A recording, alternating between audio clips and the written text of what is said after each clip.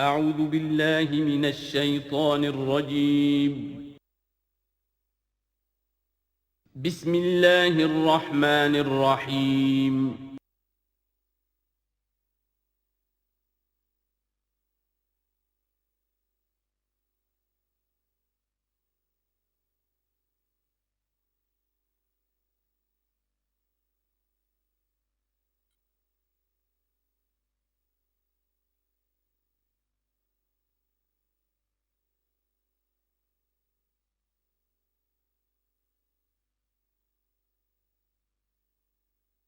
من الشیطان الرجیم بسم اللہ الرحمن الرحیم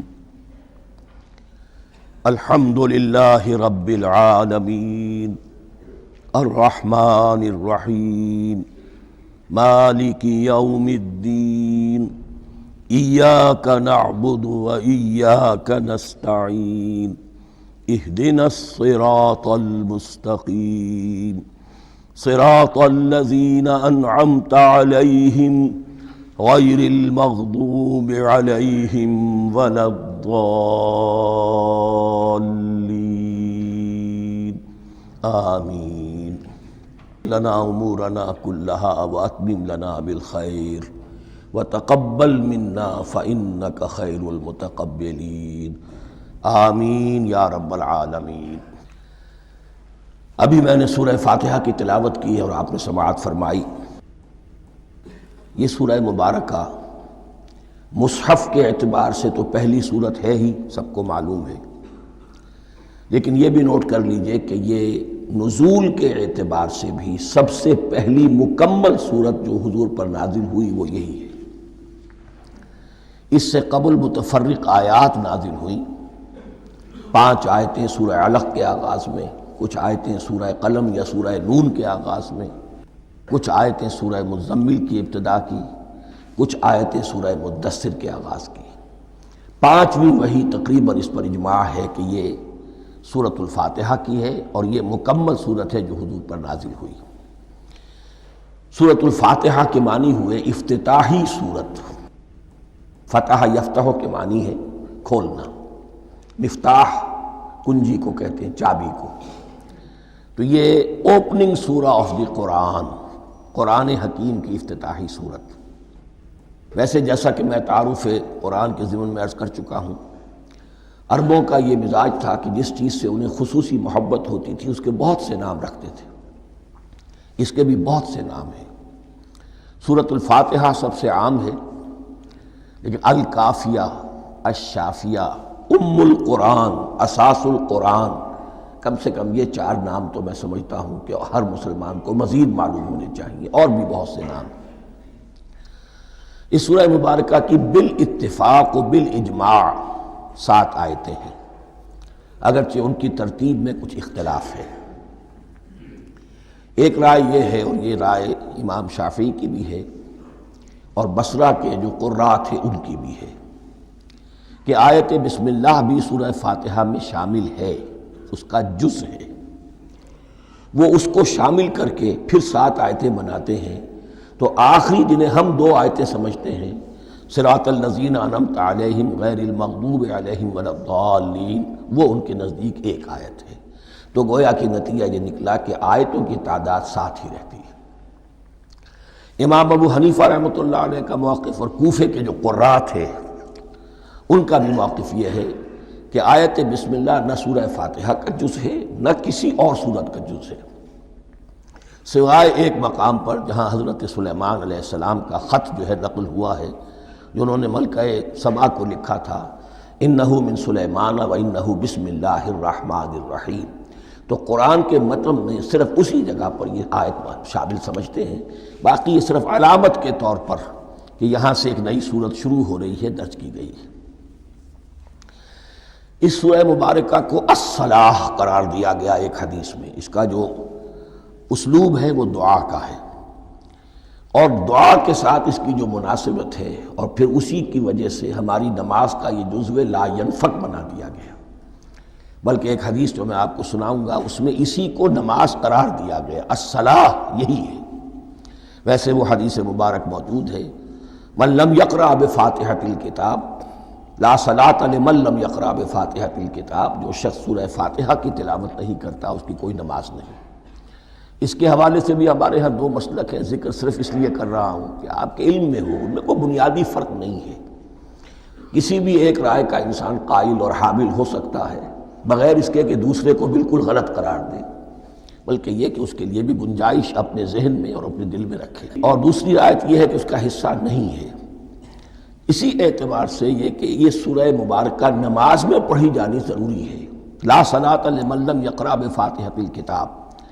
البتہ یہ اختلاف ہے، یہ بات جو میں ذکر کر رہا تھا جو ذہن سے نکل گئی، کہ آیا مقتدی جو ہے امام کے پیچھے کھڑا ہو کر جب نماز پڑھ رہا ہو تو کیا اس صورت میں بھی اس کے لیے لازم ہے کہ سورہ فاتحہ پڑھے؟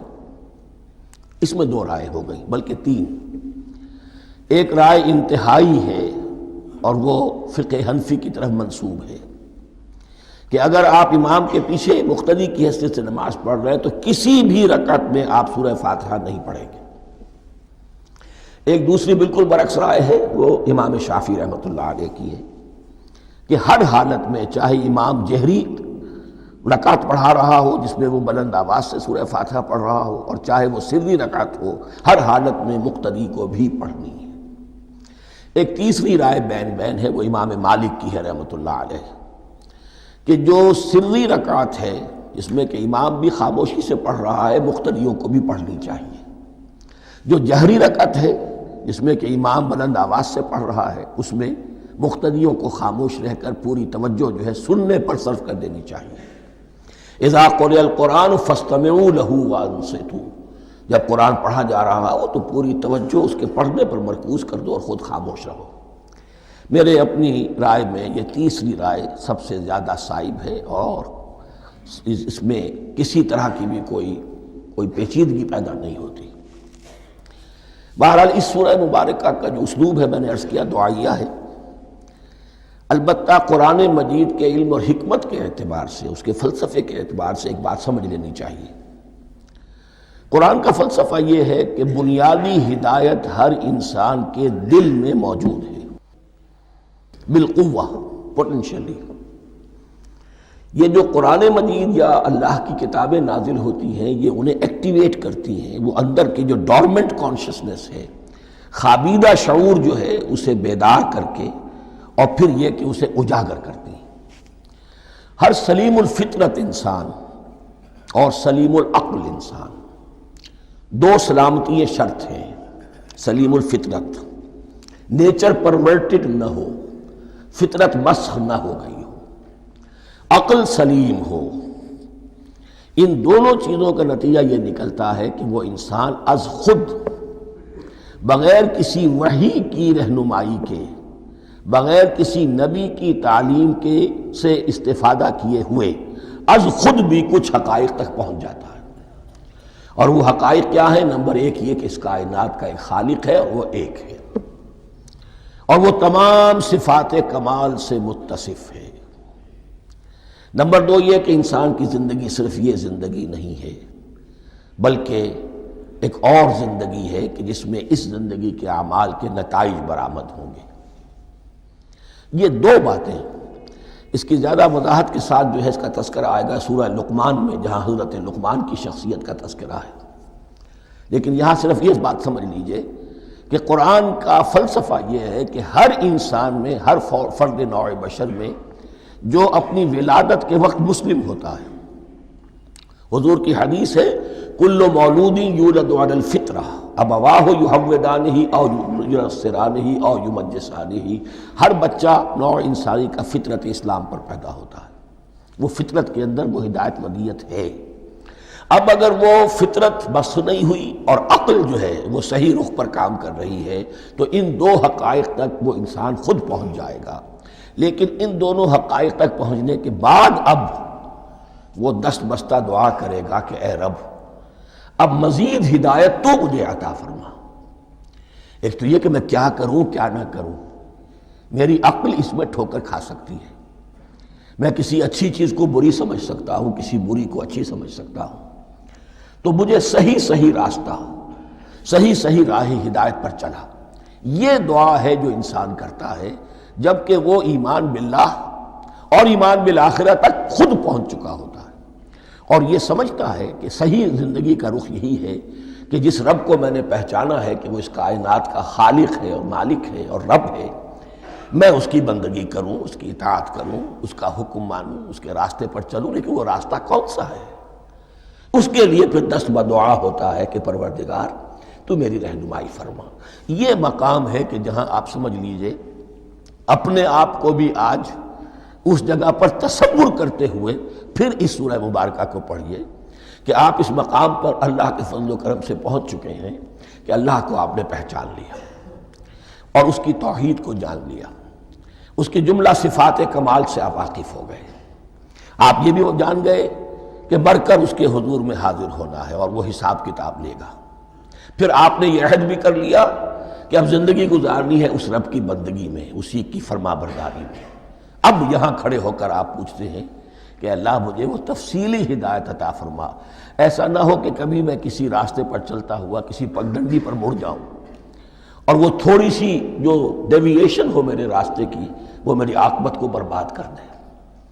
یک لحظہ غافل گشتم و صد سال راہم دور شد، اس لیے کہ ہوتا یہی ہے سیدھے راستے سے ذرا سی کوئی پگڈنڈی جو ہے تھوڑے سے رخ تھوڑے سے اینگل پر نکلی ہے، لیکن جب چلتے جائیں گے آپ تو جتنے آگے بڑھیں گے اس پر اس راہ صراط مستقیم سے آپ اتنے ہی زیادہ دور ہوتے چلے جائیں گے۔ یہ ہے قرآن مجید کی حکمت اور فلسفے کے اعتبار سے اس سورہ مبارکہ کا مقام۔ اب آئیے ہم بسم اللہ کرتے ہیں۔ بسم اللہ الرحمن الرحیم، شروع کرتا ہوں میں اللہ کے نام سے جو رحمان اور رحیم ہے۔ اس پر کچھ گفتگو ہو چکی ہے تعارف قرآن کے ضمن میں کہ رحمان اور رحیم دو نام ہیں کہ جو رحمت کے مادے سے نکلتے ہیں۔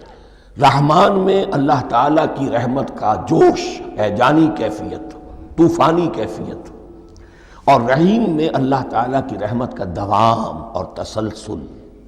یہ دونوں کیفیات اللہ کی رحمت میں بیک وقت موجود ہیں، جس کا ہم تصور نہیں کر سکتے۔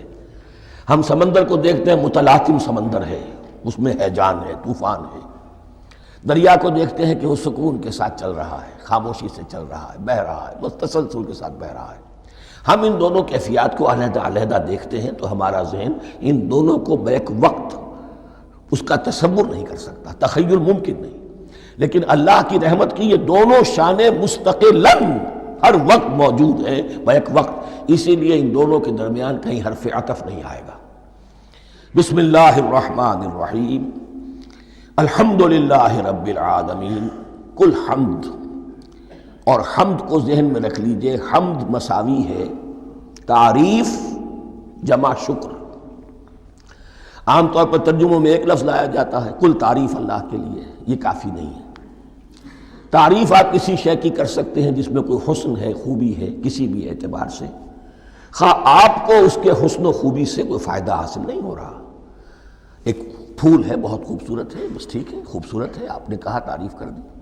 شکر کرتے ہیں آپ اس شے کا جس سے آپ کو کوئی فائدہ پہنچا ہو، استفادہ ہوا ہو، آپ کی کوئی ضرورت پوری ہوئی ہو، آپ کی کوئی مشکل رفع ہوئی ہو۔ اور آپ دیکھیں گے کہ حمد میں یہ شکر کا پہلو غالب ہے۔ جتنی بھی دعائیں ہیں حضور سے منقول، شکر کے مقام پر وہاں حمد آتا ہے۔ بھوک لگی ہوئی تھی، کھانا کھایا، الحمدللہ الذی اطعمنی وسقانی۔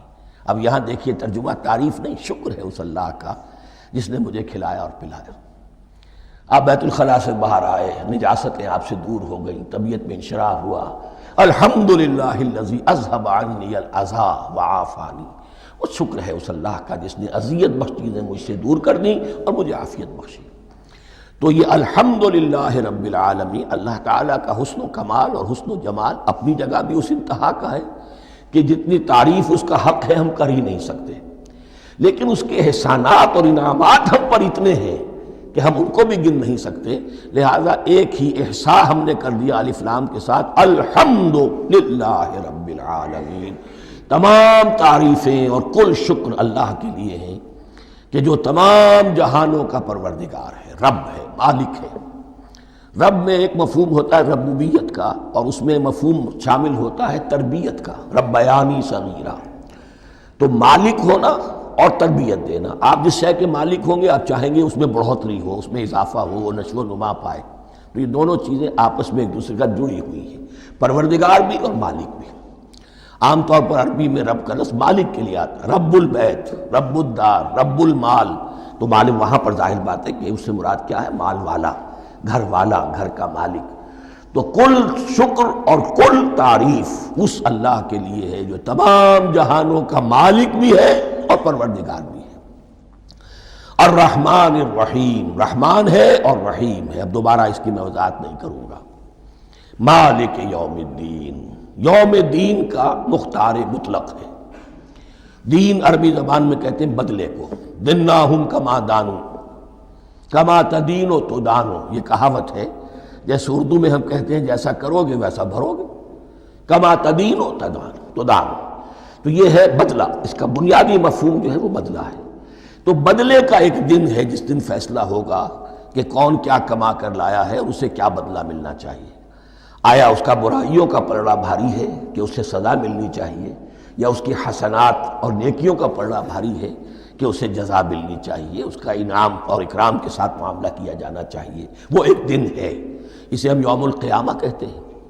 اور لیکن اصل بات جو یہاں کہی گئی، یعنی ایک جملے میں تین باتوں کا اعتراف ہو رہا ہے۔ بعث بعد الموت، ایک دن آئے گا کہ ہم مرنے کے بعد تمام انسان اٹھا لیے جائیں گے، پھر حساب و کتاب، پھر اللہ کے ہاں حاضری ہوگی اور حساب کتاب ہوگا۔ اور تیسرے یہ کہ اس حساب کتاب کے دن کا مختار مطلق اللہ ہے، یعنی کسی اور کو اپنے ذہن میں سہارا بنا کر آپ زندگی گزاریں کہ وہ مجھے چھڑا لے گا، یا وہ ہستی جو ہے اتنی زوردار ہے کہ وہ مجھے بچا لے گی، اس سے اپنے دل کو، اپنے ذہن کو بالکل پاک کر لیجئے۔ مالک یوم الدین، ایک دوسری جگہ پر قرآن میں آیا ہے، اس روز کوئی پکارنے والا پکارے گا لمن الملک اليوم للہ الواحد القہار، آج کے دن کس کا اختیار مطلق ہے؟ اور پھر کہا جائے گا اللہ کے لیے، الواحد قہار، جو پوری طرح چھایا ہوا ہے، مستولی ہے۔ تو مالک یوم الدین، جو جزا و سزا کے دن کا مالک ہے۔ اب یہاں سے کلام ایک رخ بدل رہا ہے۔ ابھی تک تو یہ غائبانہ انداز میں کلام ہو رہا ہے، اللہ سے خطاب نہیں آیا اس میں ابھی۔ الحمدللہ رب العالمین الرحمن الرحیم مالک یوم الدین، اب خطاب ہے ایاک نعبد و ایاک نستعین، ہم صرف تیری ہی بندگی کرتے ہیں اور کریں گے، اور ہم صرف تجھ ہی سے مدد مانگتے ہیں اور مانگیں گے۔ یہ ترجمہ میں کیوں کر رہا ہوں کہ یہ فعل مضارع ہے۔ عربی زبان میں فعل مضارع حال اور مستقبل دونوں کو کور کرتا ہے۔ ایاک کا جو ہے مفعول فاعلی جو ہے، مفعول جو ہے اس میں ضمیر مفعولی، اسے پہلے لا کر حشر کا مضمون پیدا ہو گیا۔ ہم تیری بندگی کرتے ہیں نہیں، ہم تیری ہی بندگی کرتے ہیں اور کریں گے۔ حال میں ترجمہ کیجئے تو یہ اظہار حال ہے، اور مستقبل میں ترجمہ کیجئے تو یہ ایک عہد ہے، قول و قرار ہے، بہت بڑا معاہدہ ہے۔ وَإِيَّاكَ نَسْتَعِينُ، اور صرف تجھ ہی سے مدد مانگتے ہیں اور مانگیں گے۔ اس میں بھی حال کا ترجمہ اظہار حال، اللہ کرے کہ واقعی ہمارا حال وہی ہو، جب ہم یہ الفاظ کہتے ہیں تو واقعتاً ہم اس پر پورے اتر رہے ہوں کہ اسی کی بندگی کر رہے ہوں اور اسی سے ساری استعانت اور استمداد کر رہے ہیں۔ جہاں تک مستقبل کا تعلق ہے وہ پھر ایک عہد ہے، اہدنا الصراط المستقیم، یہ مقام وہ آ گیا کہ یہاں تک تو اے پروردگار ہم پہنچ گئے، تیرے فضل سے، تیرے کرم سے۔ فطرت سلیمہ بھی تیری عطا کردہ تھی، عقل سلیم بھی تیری ودیعت کردہ تھی، ان دونوں کی روشنی سے ہم یہاں تک تو پہنچ گئے۔ اب ہماری جو ضرورت ہے، احتیاج ہے، وہ کیا ہے؟ اہدنا الصراط المستقیم، ہدایت بخش ہمیں سیدھے راستے کی۔ یہاں دو باتیں سمجھ لیجئے۔ انفرادی سطح پر انسان کے لیے نہ معلوم کتنے مرحلے آتے ہیں ہر روز کہ جس میں وہ ایک چھٹک کر کھڑا ہو جاتا ہے، یہ کروں یا یہ کروں، دو آلٹرنیٹو سامنے آ رہے ہیں، فیصلہ کرنا مشکل ہو رہا ہے۔ قدم قدم پر ہدایت کی ضرورت ہے، اور اجتماعی طور پر نوع انسانی تین بڑے بڑے تمدنی مسائل میں واقعہ یہ ہے کہ تسلیم کر لیا جانا چاہیے کہ عقل انسانی اس کو راستہ نہیں دکھا سکتی۔ عام معاشرتی سطح پر مرد اور عورت کے درمیان حقوق اور اختیارات کا کیا توازن ہو، ناممکن ہے، انسان طے نہیں کر سکتا۔ انسان یا مرد ہے یا عورت ہے۔ عورت سوچے گی اپنے لحاظ، اپنے جذبات کا، اپنے خیالات کا لحاظ رکھے گی، مرد کے جذبات و احساسات کا اس کا کوئی تصور ہی ممکن نہیں۔ مرد سوچے گا اسے اپنے احساسات معلوم ہے، لیکن یہ کہ عورت کے احساسات سے وہ نابلد ہے، ان کو محسوس کر ہی نہیں سکتا۔ لا محالہ وہ اپنے بارے میں وہ جو بھی نظام بنائے گا اس میں وہ اپنی بالادستی رکھے گا۔ وہ تو ایک ہی ہستی ہو سکتی ہے کہ جو دونوں کی خالق ہے، مرد کی بھی عورت کی بھی، اور اس کو دونوں سے محبت ہے، دونوں کا خیر خواہ ہے، دونوں کا رب ہے، دونوں کو پروان چڑھانا چاہتا ہے۔ اسی طرح فرد اور معاشرہ یا ریاست، حکومت اور ریاست ہمیشہ یہ چاہتی ہے کہ سارے اختیارات ہمارے ہاتھ میں آ جائیں، ٹوٹلیٹیرین سوسائٹی ہو، بس ہم حکم دیں اور لوگ اس پر چلیں۔ افراد یہ چاہتے نہیں، ہمیں آزادی ہونی چاہیے۔ اب آپ دیکھیے کہ دنیا میں کتنے جھگڑے چلتے ہیں اسی پر، فریڈم فریڈم فریڈم۔ وہ فریڈم واقعتاً اپنی جگہ پر ایک شے ہے، افراد کی آزادی ہونی چاہیے، لیکن افراد کی آزادی اتنی نہ ہو جائے کہ وہ مادر پدر آزاد ہو جائے، کوئی قانون، کوئی قاعدہ، کوئی اخلاقی، کوئی حدود اور قیود جو ہے ان کا پابند نہ رہے۔ تو اب کہاں ہے وہ نقطہ اعتدال کہ جس میں انسان کے انفرادی آزادی، انفرادی اختیار اور ادھر اجتماعی مصلحتیں جو ہیں ان کو بیلنس کیا جا سکے؟ انسان طے نہیں کر سکتا، صرف اللہ ہی اس کے لیے نظام دے سکتا ہے۔ تیسرا مسئلہ ہے سرمایہ اور محنت، اس میں کیا توازن ہو؟ سرمایہ اور محنت دونوں مل کر کچھ بنا رہے ہیں، کچھ پروڈیوس کر رہے ہیں۔ اب اس میں نفع جو ہوا ہے اس میں سرمایہ کا کتنا حصہ ہونا چاہیے اور لیبر کا کتنا ہونا چاہیے، کون طے کر سکتا ہے؟ اس کے لیے بھی کہ ایسا نہ ہو کہ سرمایہ داری جو ہے آکاش بیل بن کر پورے معاشرے پر چھا جائے، اور غریب بیچارہ، مزدور بیچارہ، کاشتکار بیچارہ وہ گویا کہ چکی کے دو پارٹوں میں پس کر رہ جائے، اس کی کوئی حیثیت نہ رہ جائے۔ لیکن یہ کہ دوسری طرف اگر یہ کہ مزدور کا جو حق ہے اس سے زیادہ اس کو دے دیا جائے تو سرمایہ جو ہے وہ سکڑ جائے گا، شائی ہو جائے گا، وہ پھر میدان میں نہیں آئے گا۔ کیا کیا جائے؟ کون سا نقطہ عدل و اعتدال ہے؟ یہ تین مسائل ایسے ہیں، اہدنا الصراط المستقیم۔ تو یوں سمجھیے کہ ایک جو بنیادی ہدایت تھی، ایک اللہ کو پہچان لینا، یہ جان لینا کہ کل حسن و جمال اور تمام انعام و اکرام کا منبع اس کی ذات ہے، وہ رحمان ہے اور رحیم ہے، اور یہ جان لینا کہ مرنے کے بعد جی اٹھنا ہے، حساب کتاب ہے، فیصلہ ہوگا جزا و سزا کا، اور مختار مطلق اس دن کا اللہ ہے۔ پھر یہ عہد کر لینا ایاک نعبد و ایاک نستعین۔ اس کے بعد دعا، پروردگار ہمیں ہدایت پر قائم رکھ، ہماری ہدایت میں اضافہ فرما۔ اس ہدایت کے لفظ کو سمجھ لیجئے، بنیادی ہدایت، تفصیلی ہدایت، قدم قدم پر ہدایت، ہدایت پر ہدایت۔ والذین اہتدوا زادہم ھدی، جو لوگ ہدایت کے راستے پر آتے ہیں اللہ ان کی ہدایت میں اضافہ کرتا ہے۔ تو یہ قدم قدم پر ہمیں ہدایت کی ضرورت ہے اور مرحلہ وار ضرورت ہے۔ ہدایت اس کو بھی کہتے ہیں کہ کسی نے آپ سے کوئی پتہ پوچھا، آپ نے کہا ادھر جانا، پھر دوسری گلی میں مڑنا، پھر جانا دو تین لائٹیں چلے جانا، پھر مڑنا، وغیرہ وغیرہ، یہ بھی ہدایت ہے، نظری طور پر آپ نے بتایا ہے۔ ایک ہدایت یہ ہوئی کہ بھائی میں چلتا ہوں آپ کے ساتھ، میں آپ کو وہاں تک پہنچا دوں گا تاکہ آپ کو دقت نہ ہو، آپ نے منزل تک پہنچا دیا۔ ان دونوں کے درمیان، یہ تو میں نے ایک فرد کی مثال دی ہے، اللہ اور بندے کے درمیان نہ معلوم کتنے مراحل ہیں ہدایت کے۔ تو کسی وقت بھی انسان اپنے آپ کو ہدایت خداوندی سے مستغنا نہیں سمجھ سکتا، اور نہیں تو پروردگار جو ہدایت دی ہے اس پر ہدایت پر قائم رکھ۔ کیا پتہ شیطان کا کوئی حملہ، کیا پتہ ہمارے نفس کی کوئی شرارت کسی ایسے رخ پر ہمیں ڈال دے کہ اب تک کی ساری کمائی بھی ضائع ہو جائے۔ لہذا یہ نہ سمجھیے کہ جب یہ ساری چیزیں ان کو معلوم تھی، ان چیزوں کا تو اقرار کر رہے، تو اب ہدایت کون سی مانگ رہے ہیں؟ تو ہدایت کا تو بڑا میدان کھلا ہوا ہے، اور اس ہدایت کی وہ جو میں نے آخری شکل آپ کو بتائی ہے کہ منزل مقصود تک پہنچا دے، یہ ہدایت بھی قرآن مجید میں اس معنی میں بھی لفظ آیا ہے کہ اہل جنت جب جنت میں داخل ہوں گے تو جو ترانہ حمد ان کی زبان پر اس وقت ہوگا وہ کیا ہے؟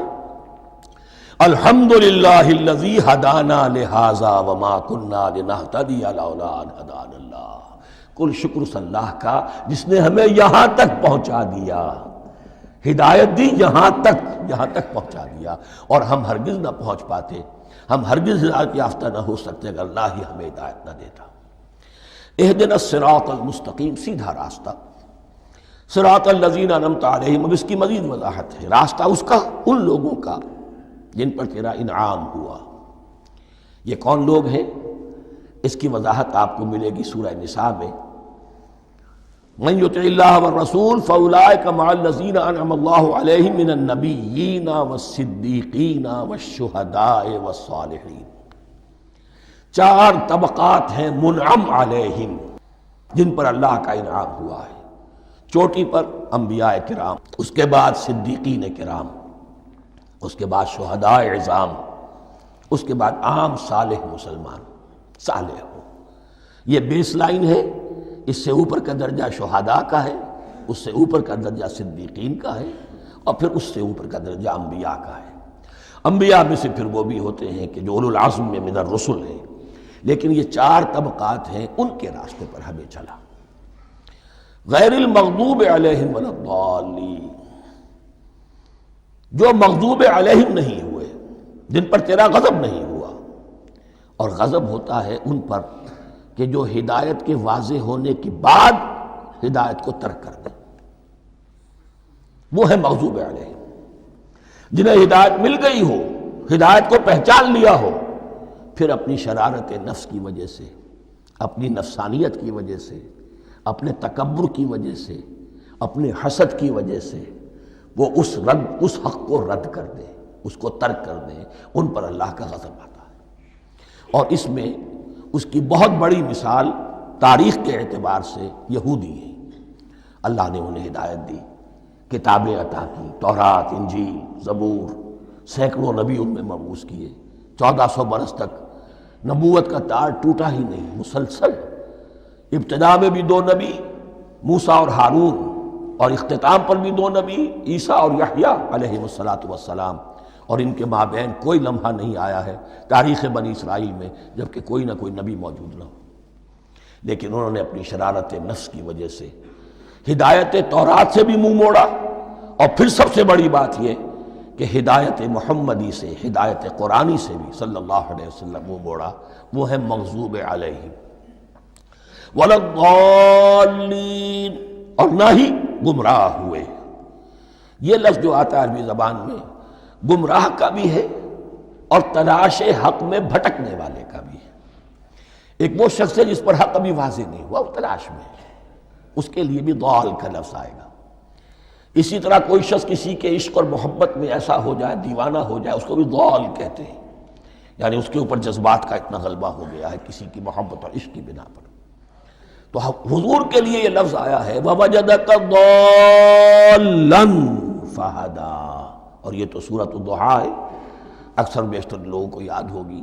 تو یہ جو ضال کا لفظ ہے، اس میں سمجھ لیجئے ضروری نہیں ہے کہ وہ گمراہ ہو، بلکہ وہ بھی کہ جو ابھی راہ ہدایت کی طلب میں، اس کے حصول کے لیے اس کی تلاش میں کوشاں ہیں، اور وہ بھی کہ جو کسی مغالطے کی وجہ سے حق سے منحرف ہو جائے۔ یہ بھی جان لیجئے کہ ایک ہے بدنیتی، تکبر، حسد، حق کو جان کر پہچان کر رد کر دینا یا چھوڑ دینا یا ترک کر دینا۔ ایک ہے کسی غلطی میں، کسی جذبات کے اندر آ کر، کسی غلو کے اندر مبتلا ہو کر اور حق سے منحرف ہو جانا۔ اس کی جو سب سے بڑی مثال ہے وہ نصارہ ہے، عیسائی ہے۔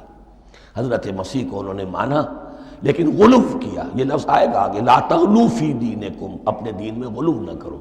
جیسے ہمارے ہاں بھی بعض لوگ ہیں جو حضور صلی اللہ علیہ وسلم کی تعریف میں، حضور صلی اللہ علیہ وسلم کے ساتھ اپنی محبت کے اظہار میں غلو کر جاتے ہیں۔ یہ انتہا درجے کو ہو گیا تھا حضرت مسیح علیہ السلام کے ماننے والوں میں، اور اس کی بنا پر انہوں نے تثلیث کا عقیدہ ایجاد کر لیا اور حضرت مسیح علیہ السلام کو اللہ کا بیٹا بنا دیا۔ تو اس کی سب سے بڑی مثال ضالین کی اس اعتبار سے کہ ہدایت پانے کے بعد کسی بدنیتی سے نہیں بلکہ کسی اچھے جذبے میں غلو کی وجہ سے، رسول سے محبت کرنا تو اچھا جذبہ ہے، لیکن یہ محبت بھی ایک حد میں رہنی چاہیے. غلو کرے گی تو ظاہر بات ہے کہ اس کے بعد وہ گمراہی کی طرف لے جائے گی. تو یہ ہے اس سورہ مبارکہ کا ترجمہ. اور اس کے بعد آخر میں آمین کہنا یہ مسنون بھی ہے، کہنا چاہیے. البتہ اختلاف یہاں بھی صرف اتنا ہے کہ نماز میں جب آپ امام کے ساتھ ہیں، وہ اگر جہری قرات کر رہا ہے تو آیا اس کے بعد آپ کو بھی بالجہر کہنا ہے آمین یا نہیں کہنا. یہ اختلاف ہے، ان میں کوئی فرق واقع نہیں ہوتا. یہ چیز متفق علیہ کہ کہنا ہے آمین. بلکہ یہ آمین تو یہودیوں میں ہے، یہ آمین جو ہے یہ عیسائیوں میں بھی ہے. ان کی بھی جو پریئر لارڈس پریئر ہے اس کے بعد آمین، وہ آمین کہتے ہیں. وہ فرق، وہ لفظ ایک ہی ہے. اس لیے کہ عبرانی زبان اور عربی زبان، یا تو ہم یہ کہہ سکتے ہیں کہ دونوں بہنیں ہیں، کوئی ایک مشترک زبان تھی ان کی ماں جس کی یہ دو بیٹیاں ہیں، اور یا یہ کہنا پڑے گا کہ عربی زبان کی ماں جو ہے وہ عبرانی زبان ہے. بہرحال بڑا قریبی رشتہ عربی کا اور عبرانی کا ہے، اس اعتبار سے وہ آمین. اب آپ کو معلوم ہے ہم السلام علیکم وہ کہتے ہیں، وہ سلام کہتے ہیں. فرق کیا ہے؟ وہ تو تلفظ کا فرق ہے.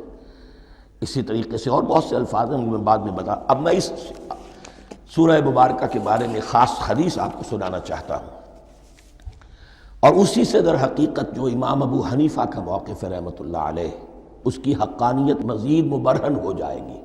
یعنی کیا کہ آیت بسم اللہ سورہ فاتحہ کا جز نہیں ہے. سورہ فاتحہ الحمدللہ رب العالمین سے شروع ہوتی ہے.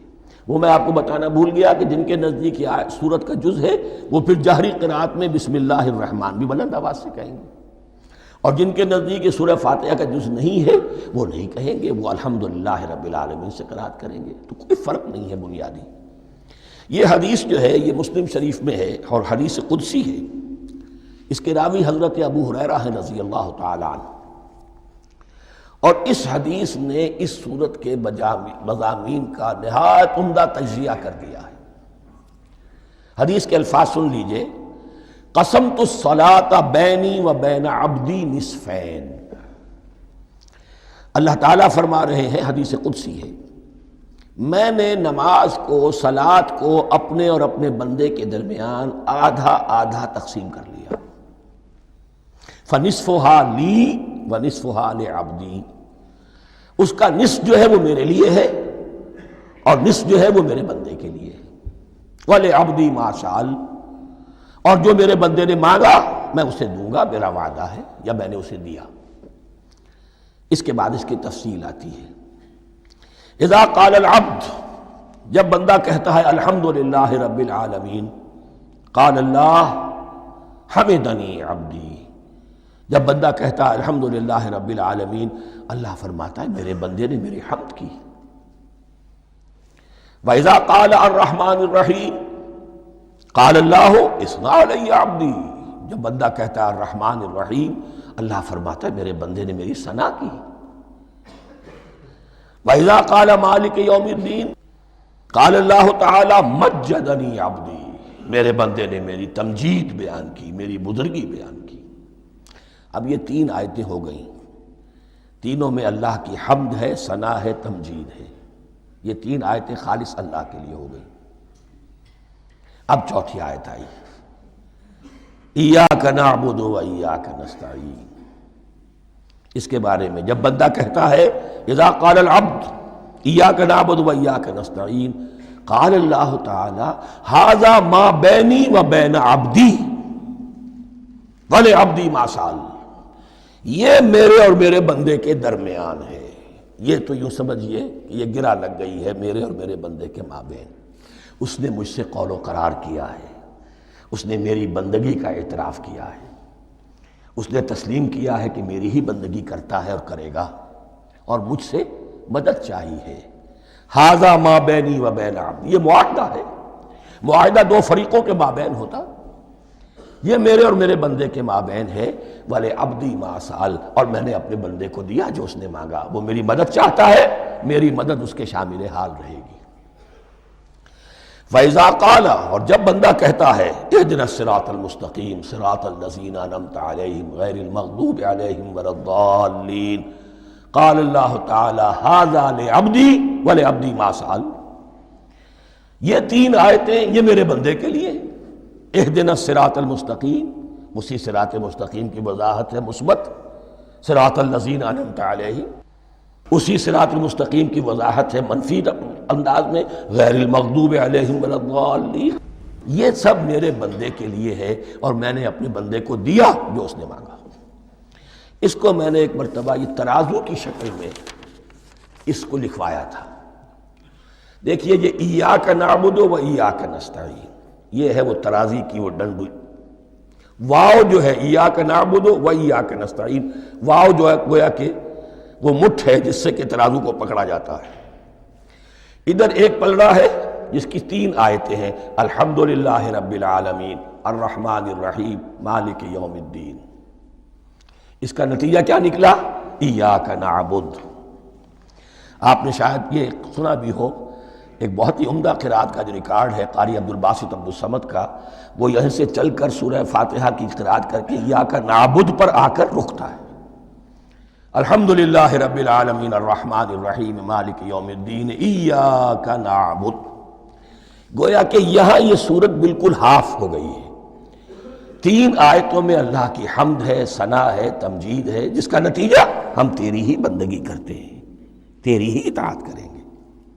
لیکن اب اس کے بعد سوال ایاک نستعین، اسی کی جو استعانت کیا درکار ہے ہمیں؟ ہدایت۔ ہدایت سب سے بڑی استعانت ہے، ہدایت ہی تو سب سے بڑی مدد ہے۔ اہدنا الصراط المستقیم صراط الذین انعمت علیہم غیر المغضوب علیہم ولا الضالین۔ یہ ایاک نستعین کے حق کے ساتھ یہ 3 آیتیں آ گئیں، اہدنا الصراط المستقیم صراط الذین انعمت علیہم غیر المغضوب علیہم ولا الضالین۔ قسمت الصلاۃ بینی و بین عبدی نصفین فنصفها لی ونصفها لعبدی ولعبدی ما سأل۔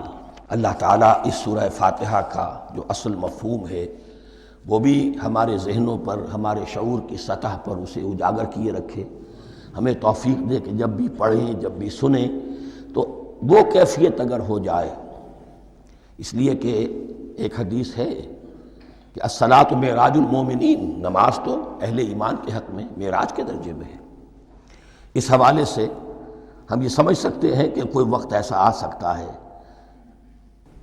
کہ انسان کو واقعتاً، روح انسانی واقعتاً اللہ کے یہ جواب سنے۔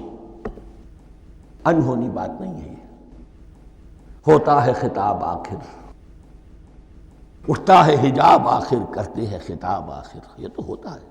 مخاطبہ الہی، یہ تو میں نے عرض کیا کہ ثابت ہے، مخاطبہ، محادث اور تحدیث، اللہ بندوں سے کلام کرتا ہے۔ اب آئیے بسم اللہ الرحمن الرحیم، اب یہ سورہ بقرہ شروع ہو رہی ہے۔ سورۃ البقرہ جو 286 آیات پر مشتمل ہے، تقریباً 2.5 پاروں پر پھیلی ہوئی ہے۔ ہر شخص جانتا ہے کہ یہ قرآن حکیم کی حجم کے اعتبار سے سب سے بڑی سورت ہے، لیکن یہ معاملہ صرف حجم کا نہیں ہے۔ نبی اکرم صلی اللہ علیہ وسلم نے اسے سنام القرآن قرار دیا ہے۔ آپ نے فرمایا لکل شیء سنام، ہر چیز کی ایک چوٹی ہوتی ہے، جیسے اونٹ کا کوہان ہوتا ہے۔ وسنام القرآن البقرہ، سنام القرآن، قرآن کی چوٹی جو ہے وہ سورۃ البقرہ ہے۔ یہ نوٹ کر لیجئے جو میں نے کل آپ کو جو مختلف مکی اور مدنی صورتوں کے گروپوں کے بارے میں بتایا تھا کہ یہاں سے اب پہلی منزل بھی شروع ہو رہی ہے اور پہلا گروپ بھی شروع ہو رہا ہے، اور اس کے ساتھ جو اگلی صورت آئے گی وہ اس کا جوڑا ہے، سورہ آل عمران، جس کی سب سے نمایاں علامت یہ نوٹ کیجئے، یہ بھی الف لام میم سے شروع ہوئی، اگلی بھی الف لام میم سے شروع ہوگی۔ اس کے بعد 2 صورتیں مدنی اور ہیں، لیکن ان دونوں میں نہ حروف مقطعات ہے، نہ کوئی اور تمہیدی کلام ہے، براہ راست خطاب۔ سورہ نساء میں یا ایھا الناس اور سورہ مائدہ میں یا ایھا الذین آمنوا، کوئی تمہیدی بات نہیں، کوئی حروف مقطعات نہیں، براہ راست خطاب۔ وہ ایک جوڑا ہے سورہ نساء اور سورہ مائدہ، اور یہ ایک جوڑا ہے سورہ بقرہ اور سورہ آل عمران۔ سورہ بقرہ اور سورہ آل عمران کو نبی اکرم صلی اللہ علیہ وسلم نے الزہراوین بھی قرار دیا ہے۔ زہرا کہتے ہیں بڑی روشن چیز کو، یہ حضرت فاطمہ رضی اللہ تعالی عنہ کے نام کے ساتھ آتا ہے، فاطمۃ الزہراء، تو زہرا بہت روشن، دمکتی ہوئی شے، الزہراوین، یہ دو نہایت دمکتی ہوئی صورتیں ہیں جو قیامت کے دن دو بدلیوں کی شکل میں ظاہر ہوں گی، حضور نے فرمایا، اور جو لوگ ان صورتوں سے محبت کرتے تھے ان پر سایہ کریں گی۔ اللہم ربنا اجعلنا منہم، ہمیں اللہ تعالیٰ ان میں شامل فرما دے۔ اس سورہ مبارکہ کو دو حصوں میں تقسیم سمجھیے۔ ویسے تو یہ کہ رکوع آئیں گے، پارے بھی بدلیں گے اس میں، لیکن حصے دو ہیں۔ پہلے حصے میں اصل روئے سخن سابقہ امت مسلمہ سے ہے، یہود سے، بنی اسرائیل سے۔ دوسرے حصے میں اصل خطاب موجودہ امت مسلمہ سے ہے، امت محمد سے صلی اللہ علیہ وسلم۔ پہلے حصے میں 18 رکوع ہیں لیکن آیات 152 ہیں، دوسرے حصے میں 22 رکوع ہیں لیکن آیات 134 ہیں۔ گویا کہ اس سے آپ کو توازن نظر آئے گا کہ اگرچہ ادھر رکوعوں کی تعداد کم ہے 18 لیکن آیات کی تعداد زیادہ ہے 152، دوسرے حصے میں رکوعوں کی تعداد زیادہ ہے 22 لیکن آیات کی تعداد 134۔ اسی لیے اس کا ایک نام میں نے تجویز کیا ہے، وہ اس لیے تاکہ کچھ حقائق آپ کے ذہنوں میں ان ناموں کے حوالے سے بھی انشاءاللہ محفوظ ہو جائیں گے۔ سورۃ الامتین، دو امتوں کی صورت، اس لیے کہ تقریباً نصف اس کی ساری بحث جو ہے، مرکزی بحث، وہ سابقہ امت مسلمہ بنی اسرائیل، اور دوسرا نصف اس میں سارا خطاب وہ ہے موجودہ امت مسلمہ یعنی امت محمد صلی اللہ علیہ وسلم۔ اس کا جو پہلے 18 رکوع ہے یا پہلا حصہ ہے، اس کے اندر ڈویژن فردر ہوگی ورٹیکل، عمودی، پہلے 4 رکوع، پھر 10 رکوع، پھر 4 رکوع۔ لیکن جو 22 رکوع ہیں دوسرے حصے کے، دوسرے نصف کے، اس میں ڈویژن جو ہے جو ہاریزونٹل ہے، وہ افقی تقسیم ہے، عمودی نہیں، افقی۔ وہ میں بعد میں بیان کروں گا جب ہم وہاں پہنچ جائیں گے۔ ان کو پہلے سمجھ لیجئے کہ اس پہلے حصے کی جو تقسیم میں نے کی ہے، پہلے 4 رکوع، پھر 10 رکوع اور پھر 4 رکوع۔ پہلے 4 رکوع یوں سمجھیے کہ پورے قرآن مجید کے لیے اس کی حکمت اور فلسفے کا جو حصہ مکی قرآن میں بیان ہو چکا تھا اس کا خلاصہ ہے۔ جب یہ صورت نازل ہو رہی ہے تو یہ تو مدینہ میں حضور تشریف لا چکے ہیں، 12-13 سال جو ہے گزر چکے ہیں، اور ان 12-13 سالوں کے دوران 2/3 قرآن نازل ہو چکا ہے۔ اس میں جو بھی حکمت، فلسفہ اور بنیادی دعوت، یہ جو چیزیں مکی قرآن میں بیان ہوئیں، ان کا خلاصہ نچوڑ نکال کر یہاں 4 رکوعوں میں رکھ دیا گیا۔ اگرچہ ان میں بھی جب گہرائی میں آپ دیکھیں گے تو روح سخن جو ہے وہ بنی اسرائیل کی طرف ہے، وہ میں بعد میں عرض کروں گا، لیکن اضافی طور پر یہ سمجھ لیجئے کہ پورے مکی قرآن کے حکمت اور پیغام کا خلاصہ ان 4 رکوعوں میں۔ پھر 10 رکوع ہیں جن میں براہ راست خطاب ہے سابقہ امت مسلمہ، یا بنی اسرائیل۔ اس کے بھی 2 حصے ہیں۔ پہلے ایک رکوع میں دعوت ہے، بڑا انداز اس کا بڑا پیارا ہے، اس میں دعوت ہے، ایمان لاؤ محمد پر صلی اللہ علیہ وسلم۔ اور اس کے بعد 9 رکوع ہیں ملامت کے، ملامت، تنقید، تم نے یہ کیا اور یہ کیا اور یہ کیا، ہم نے یہ احسان کیے، یہ احسان کیے، یہ احسان کیے، تم نے یہ ناشکری کی، یہ ناشکری کی، یہ ناشکری کی۔ اور اس سب کا نتیجہ آخری 4 رکوعوں میں ہے کہ اب تمہیں اس منصب سے معزول کیا جا رہا ہے جس پر تم 2000 برس تک فائز رہے ہو، اور تمہیں ہٹا کر اب ایک نئی امت محمد کی شکل میں جو وجود میں آ چکی ہے صلی اللہ علیہ وسلم، اسے اس پر فائز کیا جا رہا ہے۔ اور اس کی علامت کے طور پر اسے میں کہا کرتا ہوں کورونیشن، تاج پوشی۔ ایک امت معزول، دوسری امت اس کا نصب ہو رہا ہے، اس کی تاج پوشی کے لیے سمبل، علامت کیا ہے؟ قبلہ تحویل۔ وہ قبلہ یروشلم سابقہ امت کا قبلہ اب ادھر رخ نہیں ہوگا، اب اہل توحید کا قبلہ یہ مکے کی طرف ہوگا، بیت اللہ کی طرف ہوگا۔ تو تحویل قبلہ کا مضمون ہے جو ان 4 رکوعوں میں آتا ہے۔ تو یہ میں نے تھوڑی سی تمہید جو ہے آپ کے سامنے رکھ دی ہے. اب بسم اللہ کیجئے. بسم اللہ الرحمن الرحیم. الف لام میم. الف لام میم یہ حروف مقطعات ہیں، یہ علیحدہ علیحدہ پڑھے جاتے ہیں، علم نہیں پڑھ سکتے اس کو. الف لام میم، ہا میم ہے، ہا علیحدہ میم علیحدہ، اگرچہ لکھے ہوئے ہوتے ہیں جڑے ہوئے. کاف ہا یا عین صاد لکھے ہوئے جڑے ہوئے، پڑھے جائیں گے علیحدہ علیحدہ. قطع علیحدہ کرنا. تو حروف مقطعات ان کے بارے میں ایک بات تو جو ہے اجماعی ہے، سب کے نزدیک مسلم ہے. ان کا کوئی حتمی مفہوم اور ان کے حتمی معنی کسی کو معلوم نہیں سوائے اللہ اور اس کے رسول کے. اس معنی میں یوں بھی کہا گیا یہ کوڈ ورڈز ہیں، جیسے کہ کوئی میسیجز جو ہیں ادھر ادھر بھیجے جاتے ہیں، سیکرٹ میسیجز، تو کچھ کوڈ ورڈز ہوتے ہیں جس سے سمجھ میں آتا ہے کہ یہ بات واقعتاً صحیح سورس سے آ رہی ہے، واللہ عالم.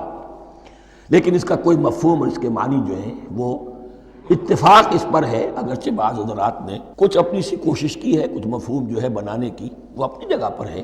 لیکن یہ کہ کسی حضرت عبداللہ ابن عباس رضی اللہ تعالی عنہما نے بعض ایسی کوششیں کی ہیں، لیکن ان کی رائے کو بھی ان کی ذاتی رائے سمجھا گیا ہے، امت نے اسے قبول نہیں کیا. اجماع اور کنسنسس اسی پر ہے کہ اس کے معنی اور مفہوم کسی کو معلوم نہیں سوائے اللہ اور اس کے رسول کے. البتہ بعض چیزیں ایسی ہیں کہ وہ اگر نوٹ کر لی جائیں تو شاید آئندہ ہے اس میں کچھ راز کھلنے کے امکانات پیدا ہو جائیں. دیکھیے عربی زبان کے جو الفابیٹس ہیں ان کی تعداد 29 ہے یا 28 ہے، میں بتا چکا ہوں.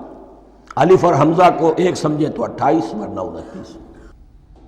پہلی بات یہ نوٹ کیجئے قرآن حکیم کی 114 صورتوں میں سے 29 صورتوں میں ان کے شروع میں یہ حروف مقطعات آئے ہیں. دوسری بات یہ کہ اس میں 28 کا نصف کیجئے تو 14 استعمال ہوئے، 14 نہیں استعمال ہوئے،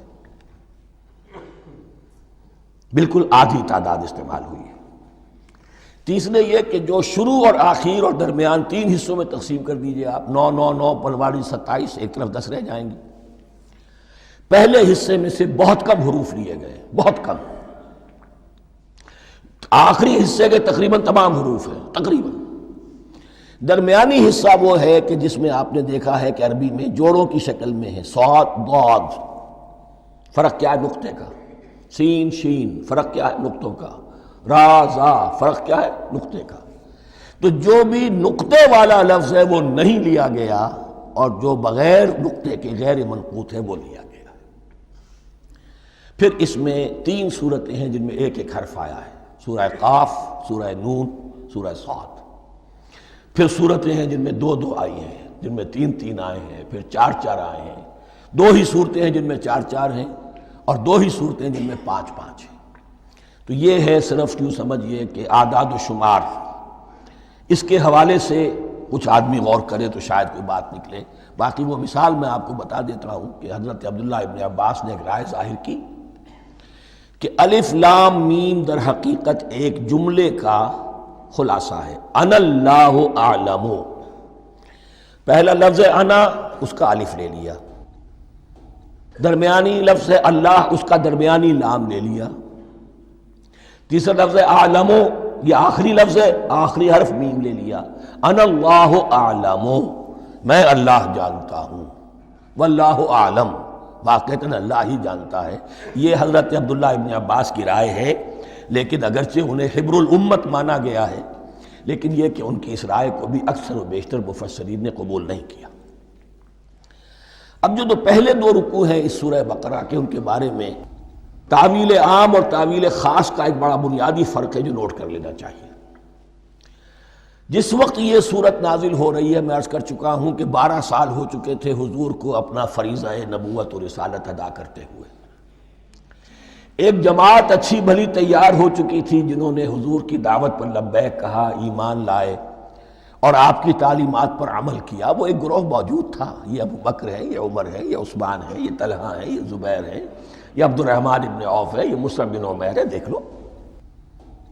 اور ایک گروہ وہ تھا کہ جو حق کو جان کر پہچان کر محض اپنی ضد اور ہٹ درمی کی باعث وہ کفر پر اڑ گیا تھا.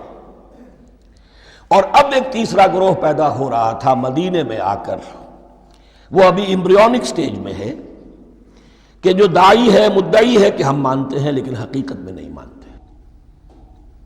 یہ تین قسم کے گروہ دنیا میں ہمیشہ پائے جائیں گے، ہمیشہ۔